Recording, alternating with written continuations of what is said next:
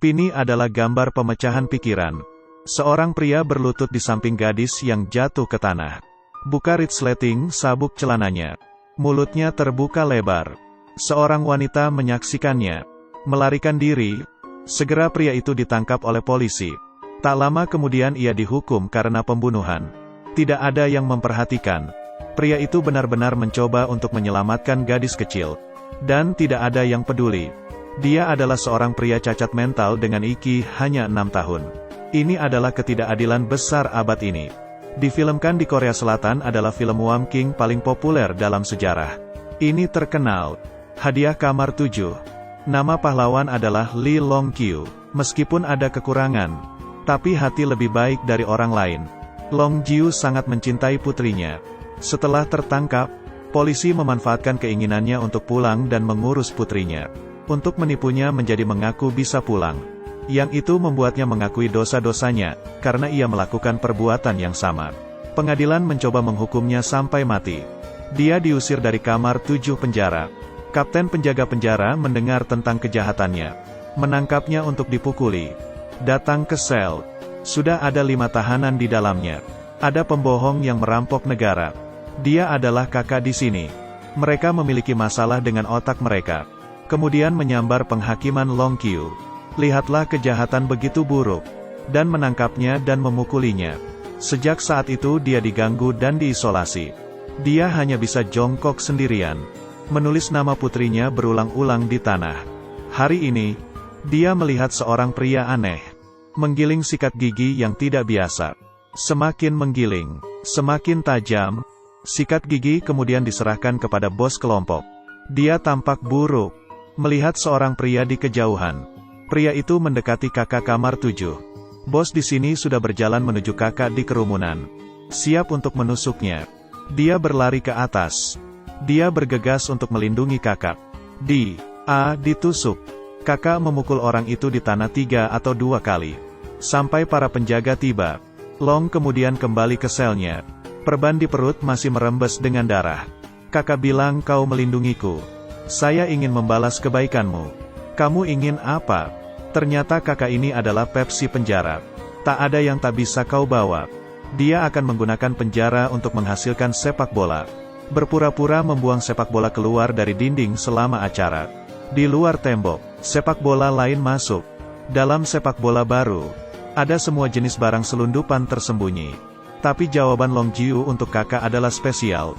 Dia bilang dia ingin melihat putrinya. Ini benar-benar sulit. Tapi kakak tidak pernah membual. Sebuah acara musik dengan cepat direncanakan. Sejumlah besar orang diundang untuk bernyanyi dan menari. Di antaranya adalah anak-anak dan putri Long Jiu. Segera gadis kecil itu diam-diam dibawa pergi. Ada dalam koper kelompok. Itu dikirim ke kamar 7. Para tahanan membuka koper itu. Ada seorang gadis kecil tersembunyi di dalamnya. Dia keluar dari box itu. Semua orang tersenyum. Gadis itu melihat sekeliling. Menemukan ayah di sudut. Ayah. Sang ayah berteriak senang. Pegang erat-erat putrinya. Putrinya menangis dan memanggilnya. Dari mana saja kau? Aku sudah lama mencarimu. Ayah cacat mental tidak meminta maaf. Tapi dia benar-benar tidak membuat kesalahan. Dua orang ini menangis. Ada seorang paman yang tidak bisa duduk diam. Dia takut ditemukan dan dijatuhi hukuman. Katakan saja pada penjaga penjara untuk menyerahkan diri. Gadis kecil itu memohon padanya untuk tidak. Tahanan lain menghentikannya juga. Tapi dia membawa penjaga penjara. Gadis kecil itu berlari ke pintu penjara. Penjaga datang di luar pintu. Aku tidak melihatnya. Paman akan berbicara. Gadis itu tiba-tiba memegang tangannya. Menatapnya dengan air mata di matanya. Jantung berdebar. Perjuangan perjuangan lagi? Paman mengubah perkataannya. Berikan aku bakpao itu. Krisis sementara sudah lewat. Gadis itu memeluk kembali ayahnya. Dia cukup masuk akal untuk tidak membuat suara lagi. Para narapidana kagum. Seorang pria dengan cacat intelektual dapat melahirkan putri yang pintar dan cantik. Seorang pria tua juga memberinya susu. Gadis itu bertanya kepada ayahnya, bagaimana kau bisa berada di sini, kau bukan orang jahat. Dia menjawab, ini adalah orang-orang jahat. Seorang ayah, membuat malu. Kemudian datang masalah, Tim Sakramen yang datang mengunjungi penjara pergi lebih awal. Gadis itu tidak bisa lagi bercampur dan menyelinap keluar. Sejak saat itu dia terpaksa untuk tinggal di kamar 7. Ayah dan putri muda cacat mental sangat bahagia. Tapi aku khawatir tentang beberapa orang lain. Setiap hari 2 orang berputar akal untuk menyembunyikannya, dan ingin mengirimnya keluar. Tapi gadis itu juga membawa tawa ke kamar 7, dalam sel yang dingin. Karena kehadiran gadis itu, menjadi penuh sinar matahari. Paman yang awalnya ingin melaporkannya, merasa sayang seperti kakek, dia sangat dimanjakan. Tapi hari-hari bahagia tidak berlangsung lama. Dalam penggerebekan di rumah tahanan, gadis itu diambil oleh penjaga penjara. Kapten sangat marah, memanggil Longjing keluar, berjalan dan berpikir, putrinya akan sakit jika hujan. Kapten lebih marah. Kau membunuh putri pria itu, masih ingin bertemu putrimu. Ini adalah masalah lain. Long Jiu ditahan di kamar terbatas dan didenda. Putrinya dikirim keluar. Gelombang-gelombang yang tidak rata dimulai lagi. Berita pecah bahwa penjara dicampur dengan membawa orang luar. Seorang tahanan mengambil kesempatan untuk menciptakan kekacauan. Dia mencuri kaleng bensin, mengancam akan membakar penjara. Kapten harus menghadapinya secara pribadi. Api semakin besar dan besar. Tahanan itu sakit dan menolak untuk pergi. Kapten harus bergegas ke dalam api dan menariknya. Longjing dievakuasi. Hanya melihatnya, kapten di dalamnya telah pingsan oleh asap tebal.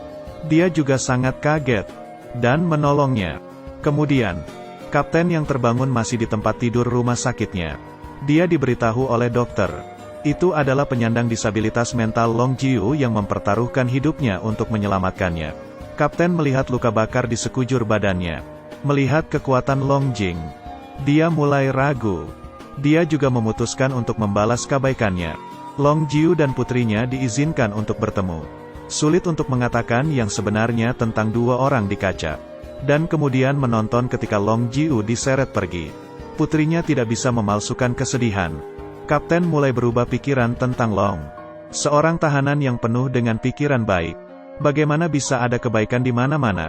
Kemudian kapten mendengar bahwa gadis kecil itu sakit. Tidak mau makan dan minum. Dia pergi ke rumah sakit untuk menemuinya. Anak itu menangis dan berkata, "Dapatkah Anda menangkap saya juga?" Kapten hampir tidak bisa menanggapi dan berpaling. Suatu hari kotak kardus dikirim ke kamar 7 penjara. Di dalamnya keluar seorang anak kecil.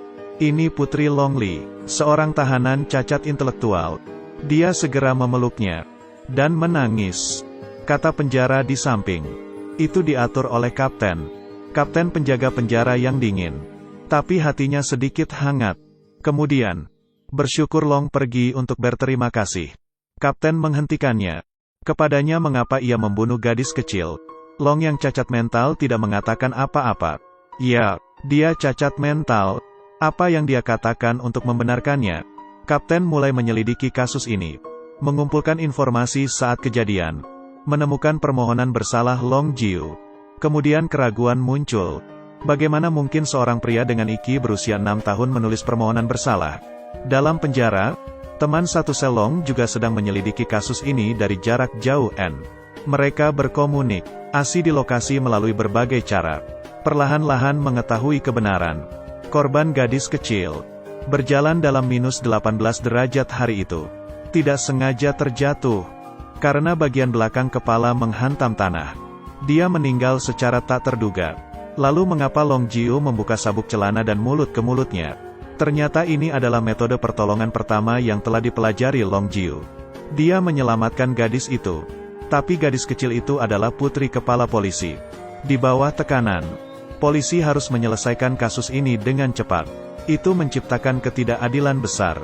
Kapten penjaga penjara datang ke kepala polisi untuk meminta persidangan. Tapi saat ini sutradara telah dibutakan oleh rasa sakit kehilangan seorang putri dan kebencian. Tidak peduli kebenaran. Seseorang harus mati. Kasus ini akan datang ke persidangan akhir. Ini juga kesempatan terakhir Long. Para narapidana takut bahwa Long Jiu akan mengatakan hal yang salah. Dia menulis pernyataan khusus untuknya. Mengawasi setiap hari. Ini akhirnya hari pengadilan. Tapi tidak ada yang memikirkannya. Kepala polisi masuk ke kamar Long Li sebelum persidangan. Dia dipukuli lagi dan lagi. Dan kemudian dia mengatakan kepadanya, "Jika Anda mengaku, saya akan membiarkan putri Anda mati seperti putri saya. Ketika Anda pergi ke pengadilan, Jawabanmu sama seperti dulu.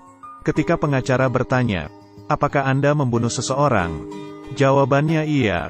Sekali lagi, kerumunan menjadi marah. Semua orang ingin mengalahkan orang jahat itu. Kapten berdiri dan mengatakan dia tidak dalam keadaan normal pikiran. Long Jiu mengatakannya berulang-ulang. Itu karena aku meninggal. Maafkan aku, keadilanku. Saya tidak menyesal kepada Anda secara pribadi. Apa yang kamu minta maaf? Yisheng, tolong bantu putriku Yisheng. Hasilnya dapat diprediksi. Keadilan ditegakkan. Semua orang di penjara tidak mau membiarkan Merlong menerima nasib seperti itu. Mereka bersatu dengan para tahanan di seluruh penjara. Sebuah A besar di penjara direncanakan. Pada malam yang indah, Long Jiu dan putrinya naik ke balon udara. Biarkan mereka mulai dengan kehangatan semua orang. Kapten tersenyum. Penjaga dengan pistol di menara tersenyum juga. Lambaikan tangan untuk mereka berdua. Sayangnya, tali balon ditarik oleh jaring besi. Pelarian itu gagal. Hari eksekusi adalah ulang tahun gadis kecil itu. Kapten membawa gadis itu ke kamar 7.